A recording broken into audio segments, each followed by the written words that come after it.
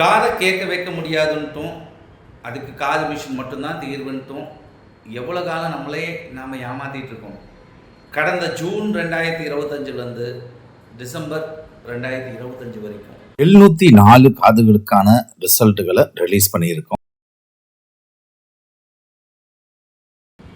1% காது கேட்க வைக்க முடியாது அப்படின்னு சொல்லிட்டு இருக்கக்கூடிய நடுவில் எப்படி நம்மளால் அந்த அளவுக்கான ஒரு முன்னேற்றம் 32லேருந்து 52% காது கேட்கக்கூடிய தன்மையில் ஒவ்வொரு படிநிலையிலையும் நம்மளால் எப்படி முன்னேற்றம் காட்ட முடியும். முறையான சிகிச்சை சரியான நேரத்தில் எடுக்கிற பொழுது காது கேட்கக்கூடிய தன்மையை தாராளமாக இம்ப்ரூவ் பண்ணலாம். எல்லா பிரச்சனையும் சரி செய்யக்கூடிய கண்டிஷனும் இருக்குது, சரி பண்ண முடியாத கண்டிஷனும் இருக்குது. ஸோ ஒருத்தருக்கு காது கேட்கக்கூடிய தன்மை கம்மியாக இருக்குன்னா அது எந்த வயசில் இருந்தாலும், சின்ன குழந்தையாக இருந்தால் தயவு செஞ்சு உடனே ஆரம்பிங்க. அவங்க எந்த வயசில் இருந்தாலும் உடனே ட்ரீட்மெண்ட் ஆரம்பிங்க. தள்ளி போட்டுட்டு அதை சரி பண்ண முடியாத நிலையில் தள்ளிட்டு கொண்டு போகாதீங்க. காது மிஷினே நீங்கள் வச்சுருந்தாலும் உங்களுக்கு நீங்களே கேள்வி கேட்டு பாருங்கள். மிஷின் போடுறதுக்கு முன்னாடி இருந்த காது கேட்கக்கூடிய தன்மை எப்படி, இப்போது அந்த மிஷினை நீங்கள் கழட்டி வச்சா எந்த அளவுக்கு உங்களால் ஹேண்டில் பண்ண முடியுங்கிறதையும் பாருங்கள்.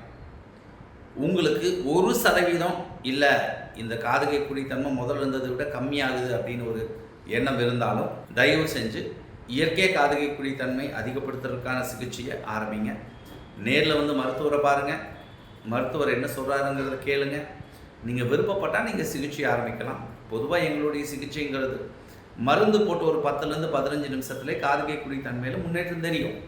அந்த முன்னேற்றத்தை பார்த்துட்டு முடிவெடுங்களேன். யாரோ ஒருத்தன் சொல்லிட்டான் அப்படிங்கிறதுக்காக ப்ரீ ஆக்குபைடு மைண்டில் ஒரு முடிவு எடுக்கணுங்கிற அவசியம் இல்லை. நேரில் வாங்க, உங்கள் பிரச்சனை என்னங்கிறத ஃபஸ்ட்டு நீங்கள் புரிஞ்சுக்கோங்க. பிறகு விருப்பப்பட்டால் நீங்கள் ட்ரீட்மெண்ட் எடுங்க. சரிங்களா? ரொம்ப சுலபமாக்கி இருக்கும் காது கேட்கக்கூடிய தன்மைக்கான சிகிச்சையை. கன்சல்டேஷனும் சரி, டெஸ்ட் டோஸ் ட்ரீட்மெண்ட்டுங்கிறதையும் சேர்த்தி இருக்கும். ஒரு வேளை மருந்து போட்டு ரிசல்ட்டை பார்த்துக்கோங்க.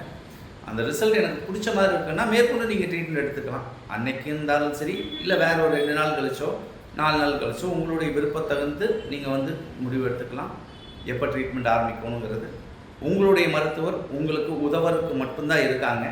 எங்களுடைய மருத்துவர்கள் கிட்ட உங்களுடைய ஒப்பீனியன் தேவை, உங்களுடைய கண்டிஷனுக்கான ஒப்பீனியன் தேவை அப்படின்னா கீழே இருக்கக்கூடிய வாட்ஸ்அப் நம்பருக்கு உங்களுடைய ஆடியோகிராம் டெஸ்ட் பண்ண ரிப்போர்ட்டை அனுப்பிவிட்டீங்க அப்படின்னா டாக்டர் பார்த்துட்டு இது சரி செய்யக்கூடிய கண்டிஷனா இல்லை சரி செய்ய முடியாத கண்டிஷனாங்கிறத சொல்லுவாங்க.